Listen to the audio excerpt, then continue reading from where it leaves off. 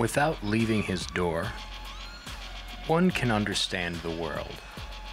Without glancing out the window, one can see the Tao of Heaven. The further one travels, the less one knows.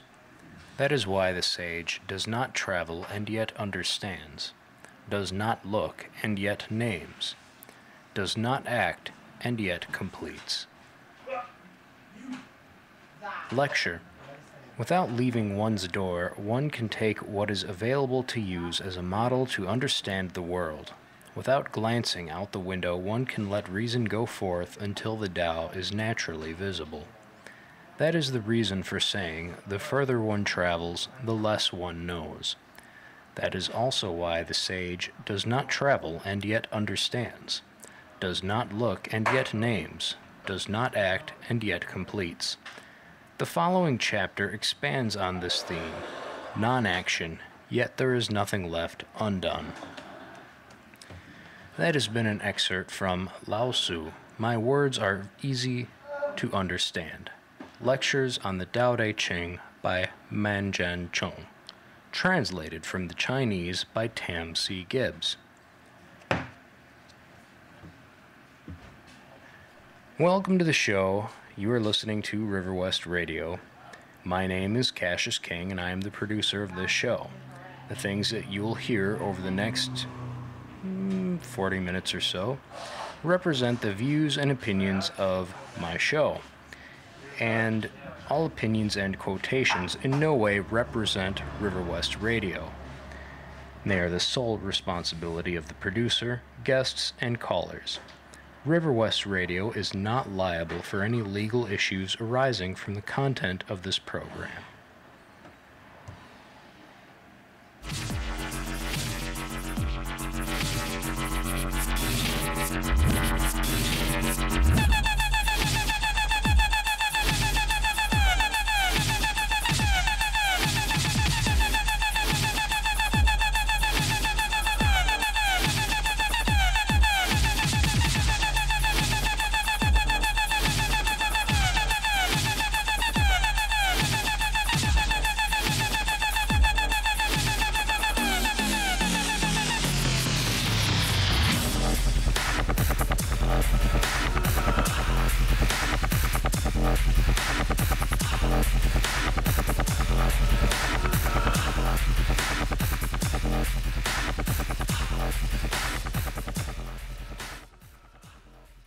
Tonight's recipe is spinach rice casserole.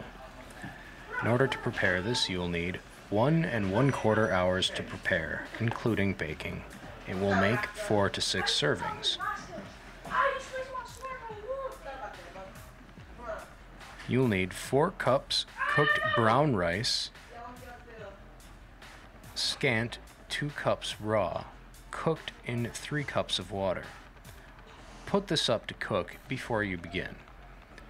You will also need 2 pounds raw chopped spinach, 1 cup chopped onion, 2 cloves minced garlic, 3 tablespoons butter, 4 beaten eggs, 1 cup milk, 1 1/2 cups grated cheddar, 1/4 cup chopped parsley, 2 tablespoons tamari, a 1/2 teaspoon of salt, more to taste, a few dashes each nutmeg and cayenne, a 1/4 cup sunflower seeds, and a bit of paprika. Saute the onions and garlic with the salt in butter. When onions are soft, add spinach. Cook for about 2 more minutes. Combine with all ingredients except the sunflower seeds and paprika. Spread into buttered casserole and sprinkle. Bake covered 35 minutes at 350 degrees. And that is how you make spinach rice casserole. And that is a recipe from the Moosewood Cookbook by Molly Katzen.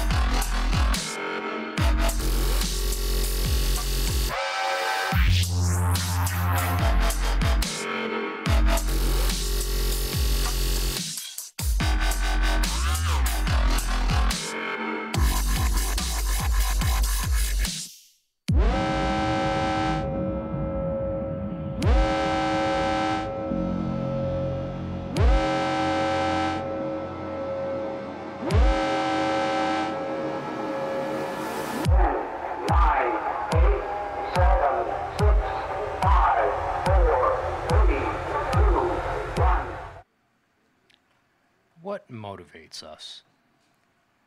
The satisfaction of needs motivates virtually every type of human behavior.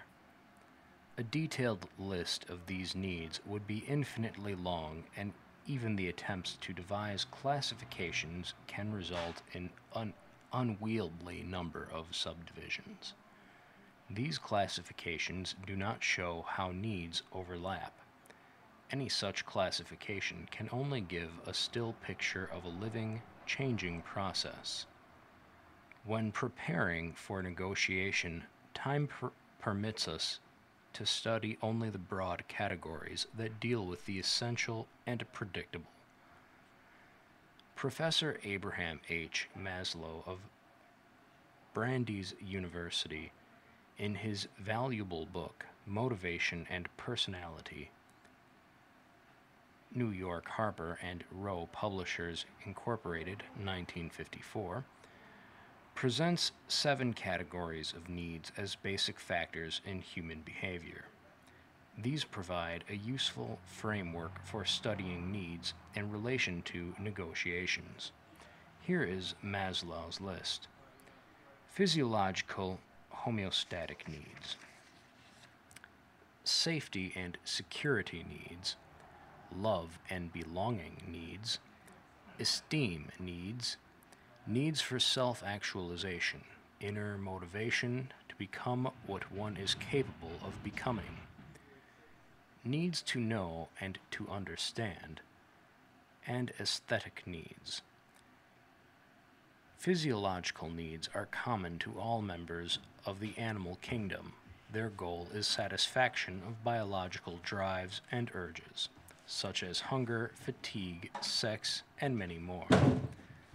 The recently developed concept of homeostasis attempts to define this category of needs more precisely. Homeostasis refers to the automatic efforts of the body to maintain itself in a normal, balanced state. An amusing story dealing with a homeostatic need is told about a financial magnate who lay stretched out in his deathbed. He was under an oxygen tent. At his side stood his loyal subordinate, tears streaming down his face. "Do not grieve," whispered the expiring tycoon with considerable effort. "I want you to know that I appreciate your faithful service to me over the years. I am leaving you my money, my plane, my estates, my yacht, everything I have." "Thank you, sir," cried the subordinate. "You have always been so good to me all these years. If only there is something I could do for you in these last moments." There is, gasped the half-dead man. "Then tell me what it is," implored the faithful servant. "Tell me."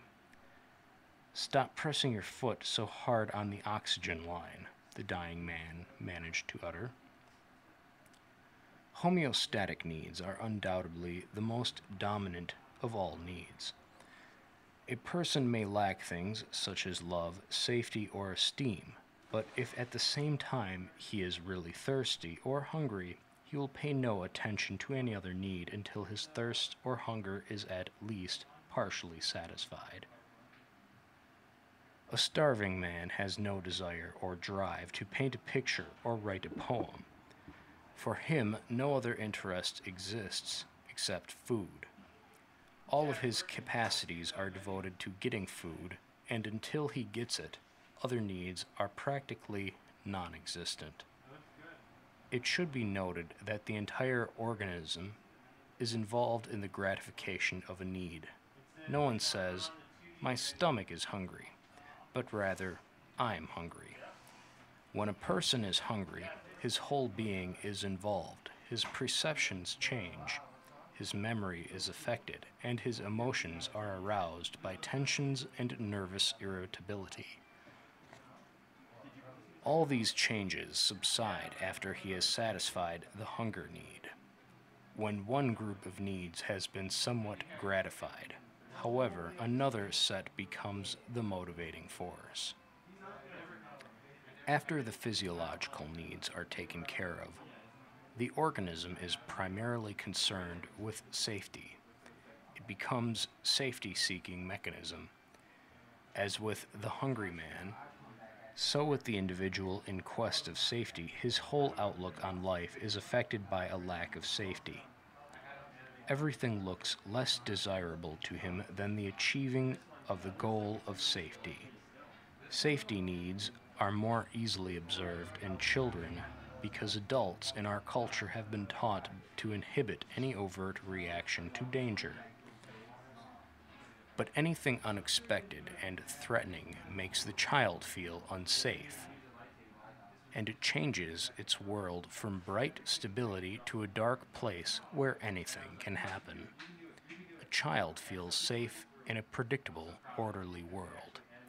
He prefers an undisputed routine. He tends to feel safer in an organized, orderly world that he can count on, and in which has his parents to protect him against harm. Adults in our society seldom come face to face with violence, except in war. They are safe enough from such perils as wild animals, extreme climate, slaughter, or massacres. However, the need for safety expresses itself in seeking the protection and stability afforded by such things as money in the bank, job security, and retirement programs.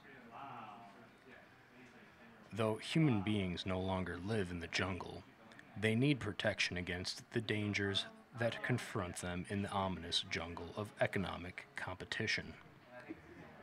After the physiological and the safety needs have been reasonably gratified, the next dominant need to emerge is the craving for love and affection. This longing for friends or a sweetheart or family can take complete possession of a lonely individual. When he was starving or threatened by danger, he could only think of food or safety. But now that these needs have been taken care of, he wants more than anything else in the world to be loved. He hungers for affectionate relations with people in general, for a place in his group, in our culture. It is just these needs and cravings that are most often left unsatisfied. Feelings of not being loved, of rejection, of not belonging are at the root of most cases of maladjustment and more severe neuroses. This need for love must not be equated with sex. Admittedly, it is a component of the sexual drive, but sexual behavior has many facets and is primarily a physiological urge. Next in the hierarchy of basic needs is the need for esteem. Actually, it is a plurality of needs, all of the same general character. These needs can be divided into two categories. First and foremost is the desire for freedom and independence. Coupled with this is the need for strength, competence, and confidence in the face of the world. The second division comprises the desire for reputation or prestige, the striving for status, domination, and the esteem of other people.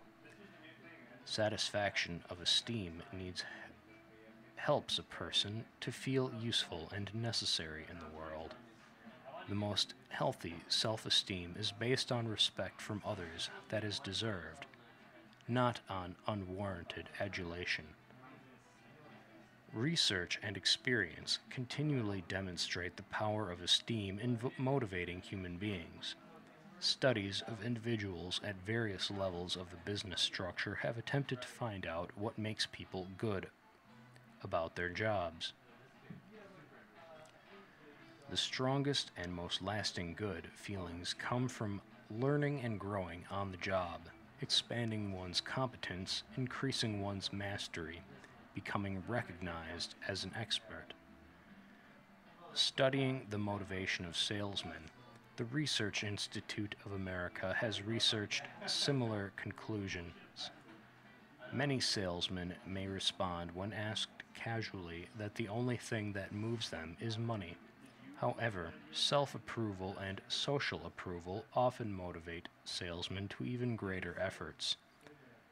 The pride of craftsmanship involved in making a tough sale, and the possibility of being recognized by other salesmen as a professional, spur a man on when the additional money is of relatively little importance.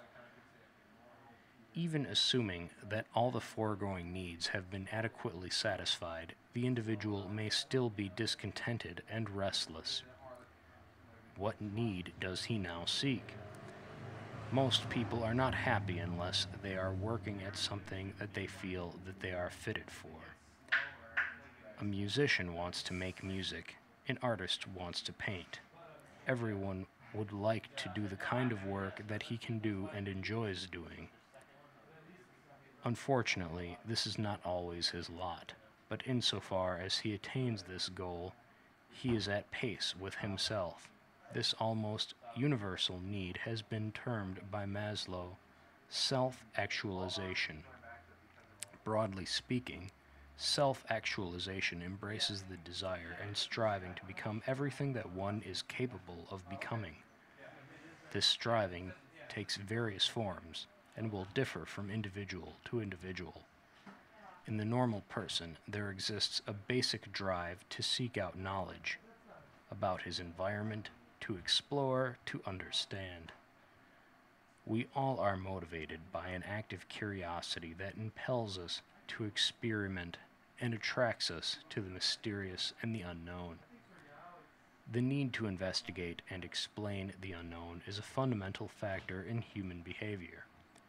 This need to know and understand proposes a condition of freedom and safety in which this curiosity can be exercised. Lastly, human behavior is actuated by certain cravings that might be called the aesthetic need. Some individuals actually get sick in ugly surroundings and are cured by removal to a beautiful setting. Naturally, this longing for beauty is strongest among artists.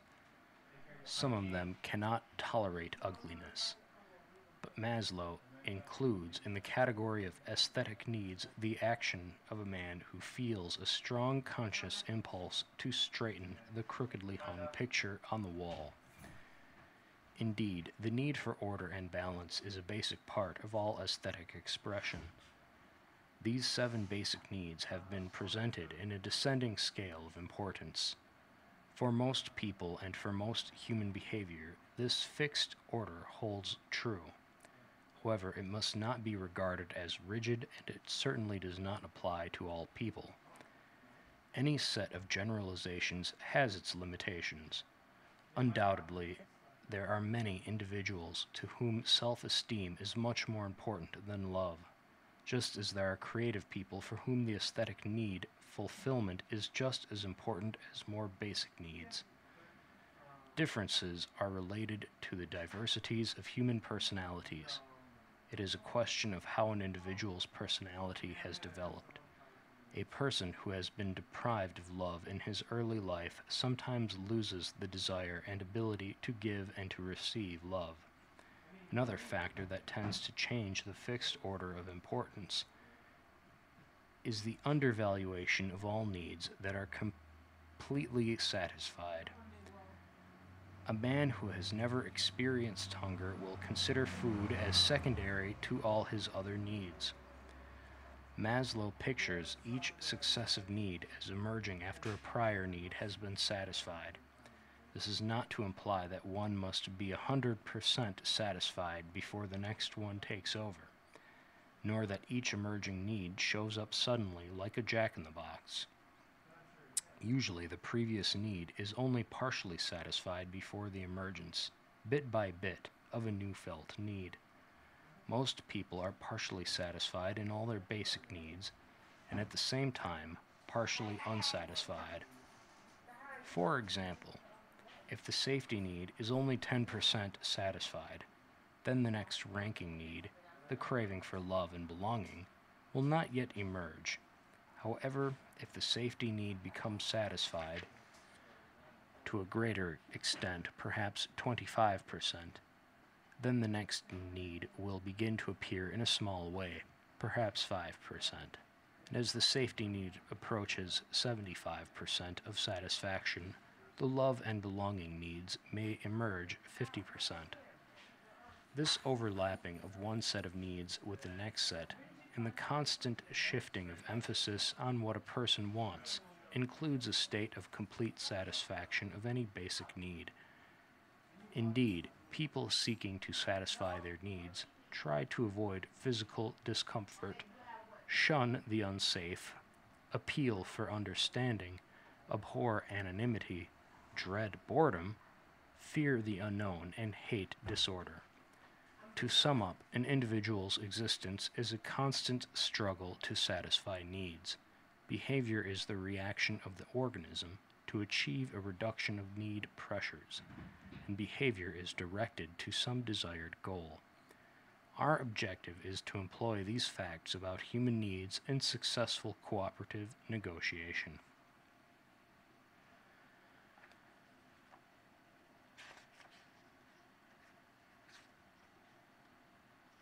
And that was a reading from the chapter What Motivates Us, from the book The Art of Negotiating, Psychological Strategies for Gaining Advantageous Bargains by Gerard I. Nierenberg.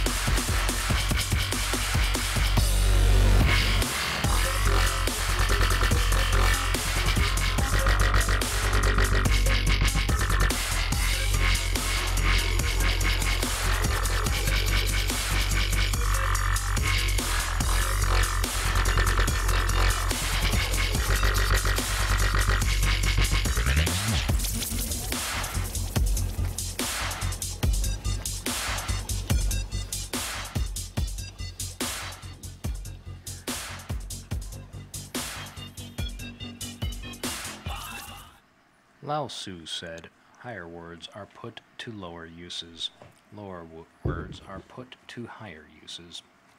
Higher words are for normal use, lower words are for strategic use.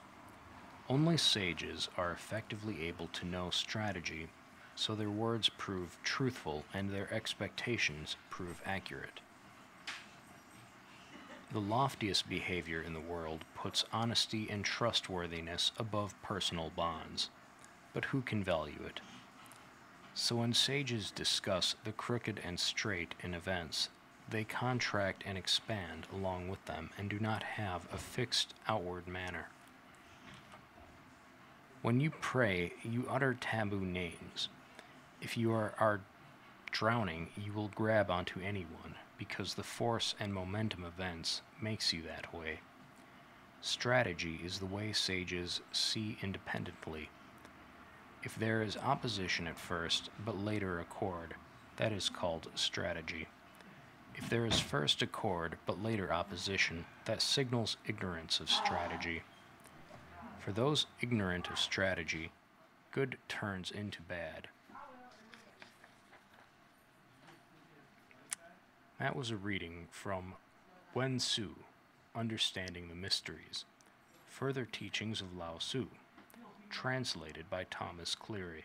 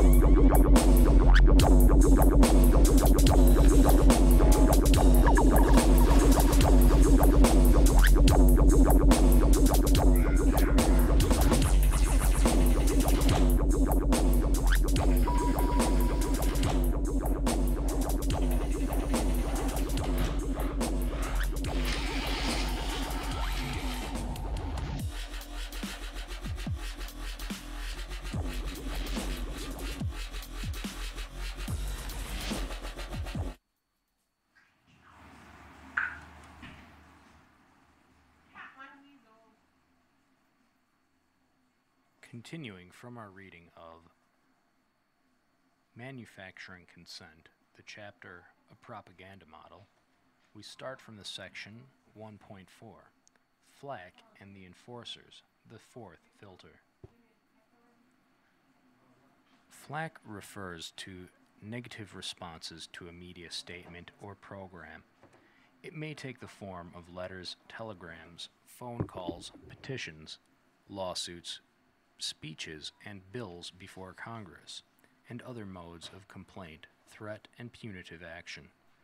It may be organized centrally or locally, or it may consist of the entirely independent actions of an individuals. If flack is produced on a large scale, or by individuals or groups with substantial resources, it can be both uncomfortable and costly to the media. Positions have to be defended within the organization and without, sometimes before legislatures and possibly even in courts. Advertisers may withdraw patronage. Television advertising is mainly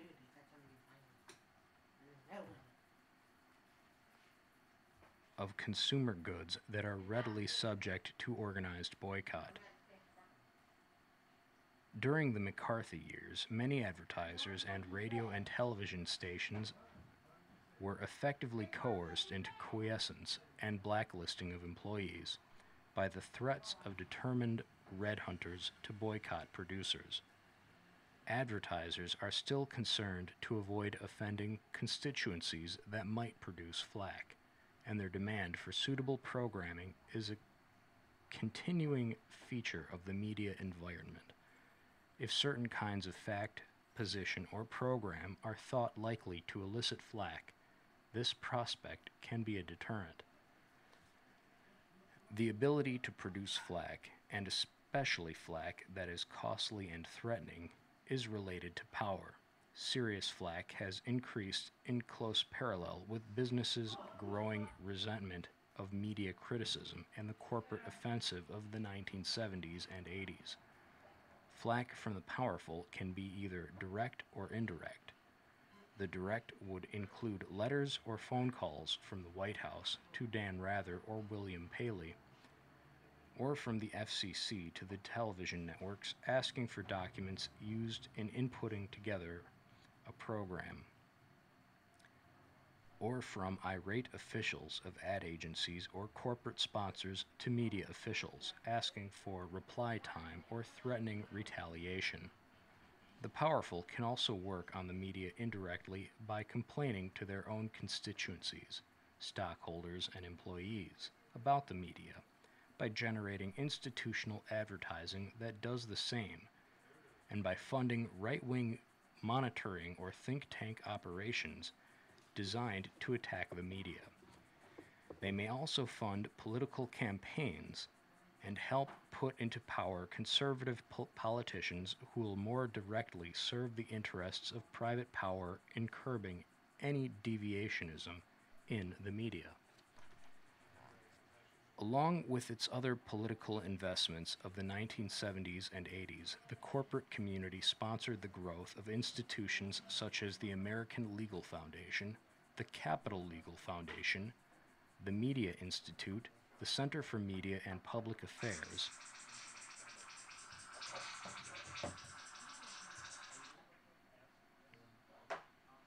and the Accuracy in Media, AIM. These may be regarded as institutions organized for the specific purpose of producing flack. Another and older flack-producing machine with a broader design is Freedom House. The American Legal Foundation, organized in 1980, has specialized in fairness doctrine, complaints, and libel suits to aid media victims.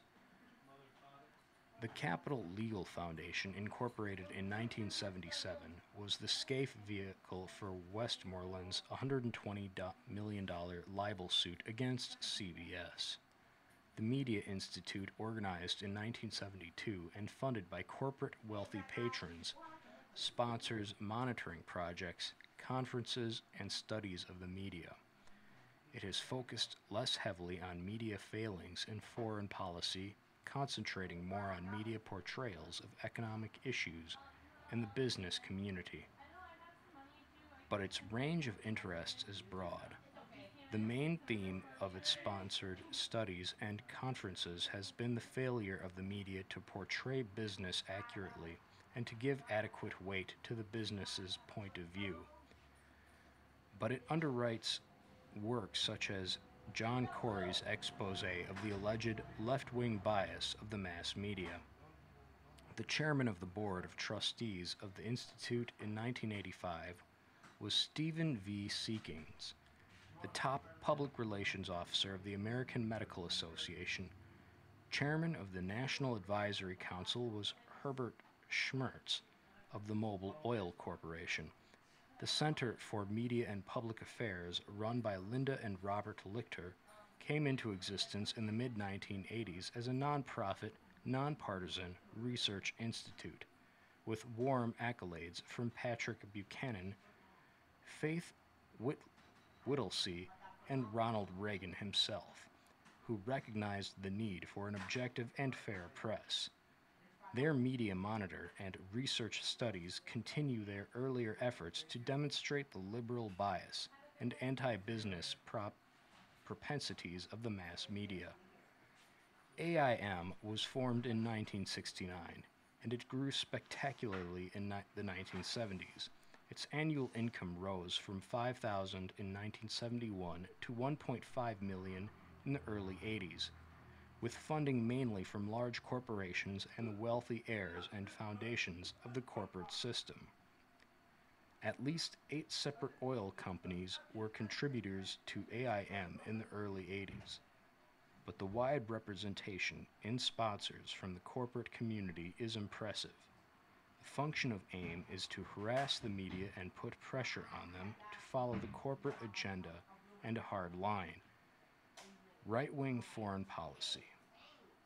It presses the media to join enthusiastically in Red Scare bandwagons and attack them from alleged deficiencies whenever they fail to toe the line on foreign policy.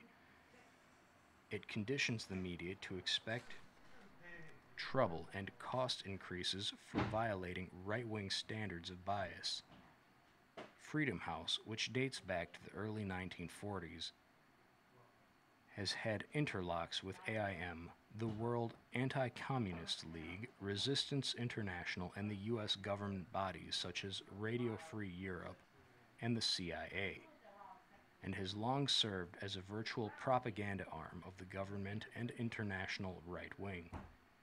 It sent election monitors to the Rhodesian elections staged by Ian Smith in the 1979 and found them fair, whereas the 1980 elections won by Mugabe under British supervision it found dubious.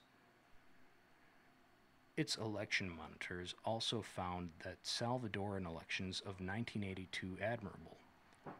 It has expended substantial resources in criticizing the media for insufficient sympathy with U.S. foreign policy ventures and excessively harsh criticism of U.S. client states.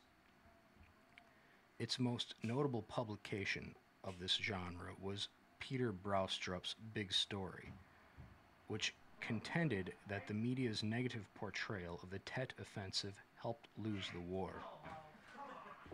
The work is a travesty of scholarship, but more interesting is its premise that the mass media not only should support any national venture abroad, but should do so with enthusiasm, such enterprises being by definition noble.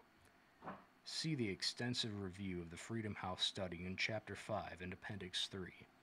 In 1982, when the Reagan administration was having trouble containing media reporting of the systematic killing of civilians by the Salvadoran army, Freedom House came through a denunciation of the imbalance in media reporting from El Salvador.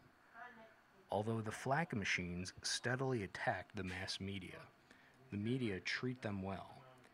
They receive respectful attention, and their propagandistic role and links to a larger corporate program are rarely mentioned or analyzed. AIM head Reed Irvin's diatribes are frequently published, and right-wing networks, FLAC, who regularly assail the liberal media, such as Michael Ledin, are given op-ed column space, sympathetic reviewers, and a regular place on talk shows as experts. This reflects the power of the sponsors, including the well-entrenched position of the right wing in the mass media themselves. The producers of FLAC add to one another's strength and reinforce the command of political authority in its news management activities. The government is a major producer of FLAC, regularly assailing, threatening, and correcting the media, trying to contain any deviations from the established line. News management itself is designed to produce FLAC. In the Reagan years, Mr. Reagan was put on television to exude charm to millions, many of whom berated the media when they dared to criticize the great communicator.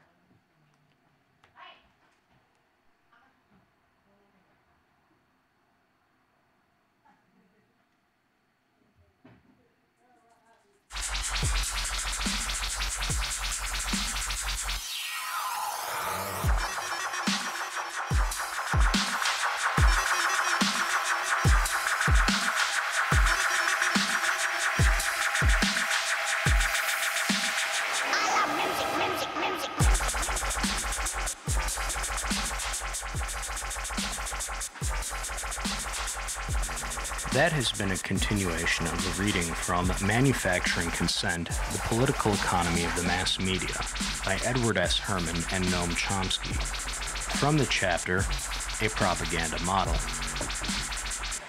Tune in next week at approximately the same time to hear the conclusion of the chapter, A Propaganda Model, from Manufacturing Consent. Thanks for tuning in, and have a good night.